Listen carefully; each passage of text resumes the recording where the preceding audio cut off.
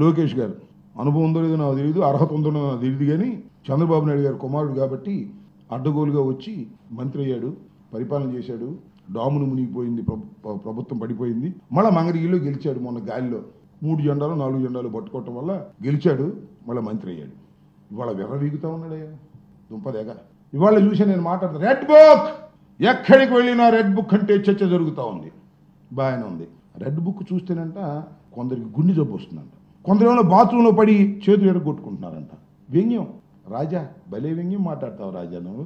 అంటే red book చూసి మా నానికి గుండె జబ్బు వచ్చింది, కొడాలి నానికి. రెడ్ బుక్ చూసి మా పెద్దిరెడ్డి గారు బాత్రూంలో పడిపోయాడంట. అదేగా నీ అర్థం? రాజా, లోకేష్ బాబు, పసిరాజా, గుర్తుపెట్టుకో. మీ నాన్నగారు స్కిల్ స్కామ్ కేసులో వెళ్ళాడుగా జైలుకి, రాజమండ్రి కోర్టులోకి వెళ్ళి రిమాండ్ ఇవ్వడానికి లేదని ఇవాళ 2,86,00,000 పే చేసినటువంటి లోద్రాన్ని తీసుకొచ్చారుగా, ఆర్గ్యూ చేశారుగా మఫ్సల్ కోర్టులో, సిఐడి కోర్టులో. సాక్షాత్తు ఢిల్లీ నుంచి స్పెషల్ ఫ్లైట్లో వచ్చి ఏసీబీ కోర్టులో ఆర్గ్యూ చేశాడు, చంద్రబాబు నాయుడు గారిని రిమాండ్కి పంపడానికి వీల్లేదు, రిమాండ్ తిరస్కరించండి అని. అయినా కోర్టు వారు, న్యాయస్థానం, జ్యుడిషియరీ సాగనంపారు, కోర్టుకు వెళ్లాల్సిందేను, జైలుకి వెళ్లాల్సిందని. వెళ్ళిన తర్వాత రాజా, లోకేష్, మీ నాన్నపాట్లు ఏం పడ్డారయ్యా, దద్దురు అన్నారు.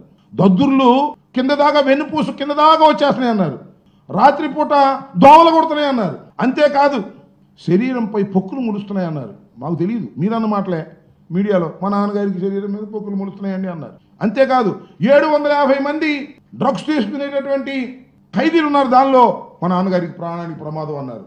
ఉనికిపోయారు. ఇది ఒకటే తక్కువ. మరి ఇవాళ మాట్లాడుతున్నావు, అధికారం వచ్చేటప్పుడు నువ్వు మాట్లాడుతున్నావు.